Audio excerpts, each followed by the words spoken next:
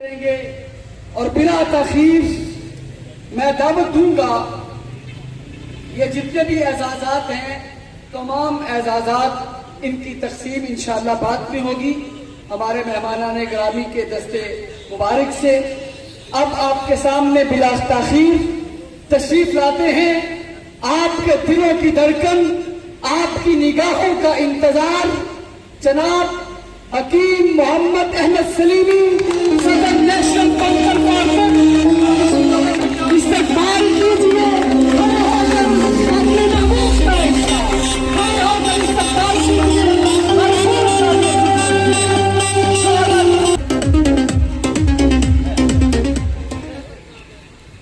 نحمده ونصلي على رسول پہلے حکیم صاحب کو یہ گفٹ پیش کرتے ہیں۔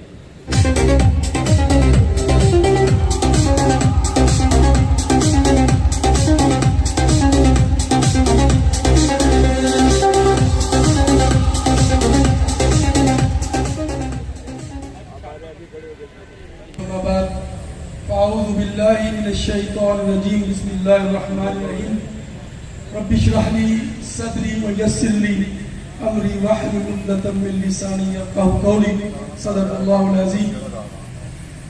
میں شکر گزار ہوں آج کی اس کشتہ سازی ورکشاپ کے آرگنائزرز کا، خاص طور پر برادرم حکیم ڈاکٹر سید رضوان گیلانی اور اپنے برادر محترم ممبر نیشنل کونسل فار طب، چیئرمین امتحانی کمیٹی نیشنل کونسل فار طب پروفیسر حکیم شاہد محمود ناز کا کہ آج یہ ایک عظیم الشان تقریب کا انعقاد کیا اور اس میں استاد الاطباء کو بھی اپنے جوہر دکھانے کا موقع فراہم کیا اور میرے جیسے بہت سارے طالبان طب کو سیکھنے کا، سمجھنے کا اور اپنے اس عظیم فن کو مزید نکھارنے کا موقع فراہم کیا۔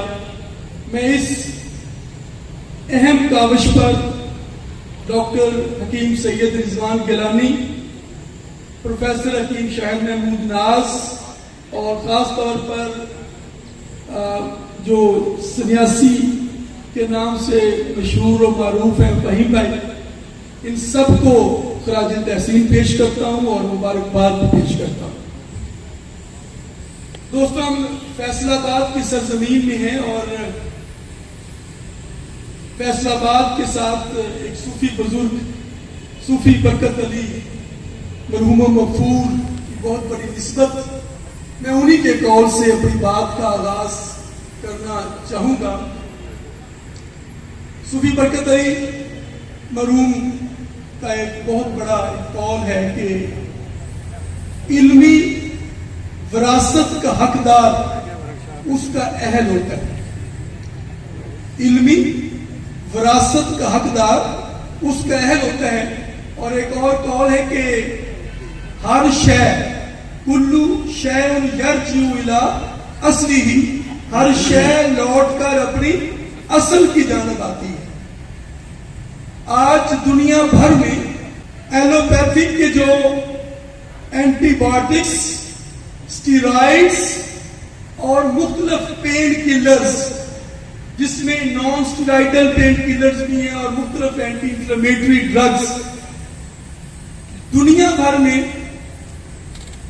سائنسدان جو ادویات اور فارماکولوجی پر تحقیقات کرنے والے ادارے ہیں، وہ اس بات پر پریشان ہیں کہ جس تیز رفتاری کے ساتھ اینٹی بایوٹکس ریزسٹ ہو رہی ہیں کہ وہ دنیا بھر میں علاج معالجہ کے لیے، انفیکشن کے لیے اور مختلف بیماریوں کی صورتوں کے لیے جو اینٹی بایوٹکس استعمال کیے جا رہے ہیں وہ غیر مؤثر ہوتے جا رہے ہیں۔ یہ ہماری زندگیوں کے معاملات ہیں کہ کہاں ایک پینسلین سے سفر کا آغاز ہوتا ہے اور پھر تیز رفتاری کے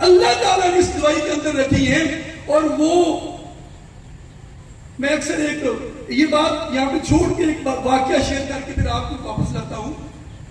ایک آپ نے سنا ہوگا ایفی ڈریم کا کیس, کیونکہ سیاستدان اسٹیج پر ہیں تو پھر سیاستدانوں کو کوئی واقعہ بھی سناتے ہیں نا آپ سے. ایفی ڈریم کا کیس آپ کو پتا ہے سب کو, ٹھیک ہے.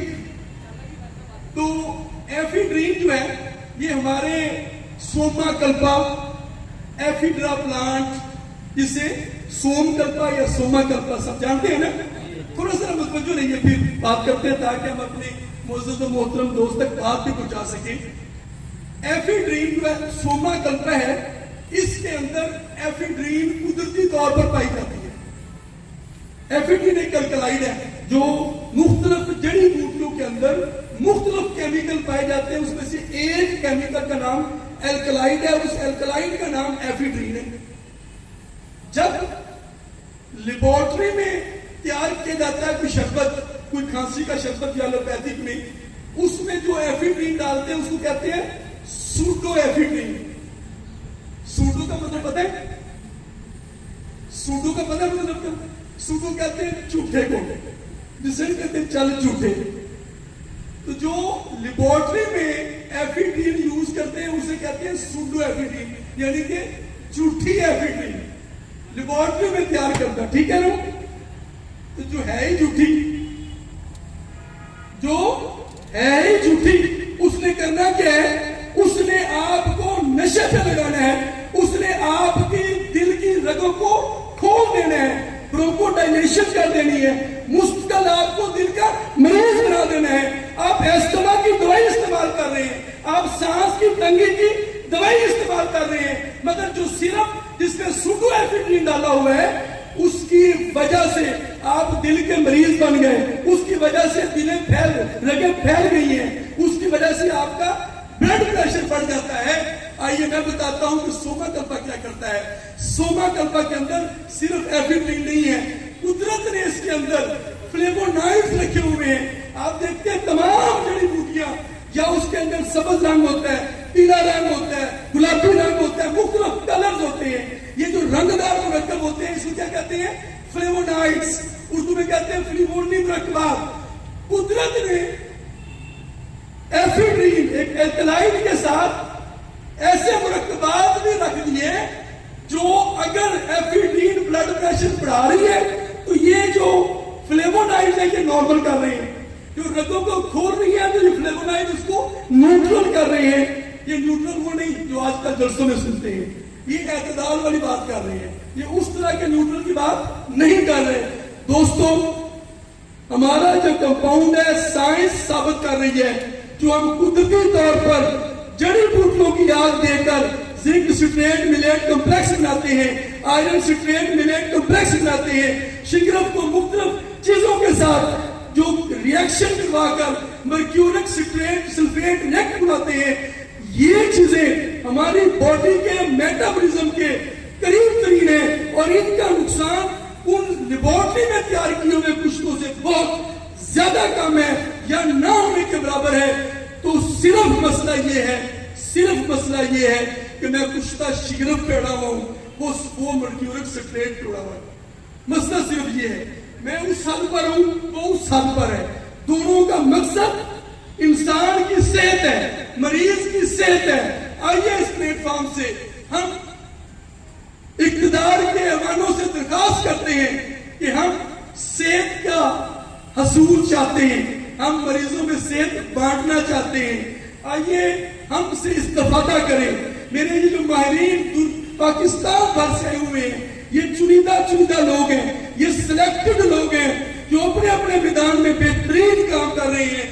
میں آپ تمام دوستوں کی جانب سے جو اقتدار کے ایوانوں میں اس کو یقین بھی دلانا چاہتا ہوں, مطالبہ بھی کرتا ہوں, خدارا یہ آپ کے اپنے ملک کا فن ہے, یہ آپ کے اس خطے کا فن ہے. دنیا نے, WHO نے یونانی کی باقاعدہ جو اپنی گائیڈ لائن مرتب کر دی ہیں. WHO مانتا ہے یونانی کو, دنیا کے ممالک مانتے ہیں, وہ تحقیق کے لیے اس طریقہ علاج کی طرف رجوع کر رہے ہیں. اگر کوئی نہیں مانتا تو پھر وہ صرف ہماری اسٹیٹ اور ہماری حکومت نہیں مانتی.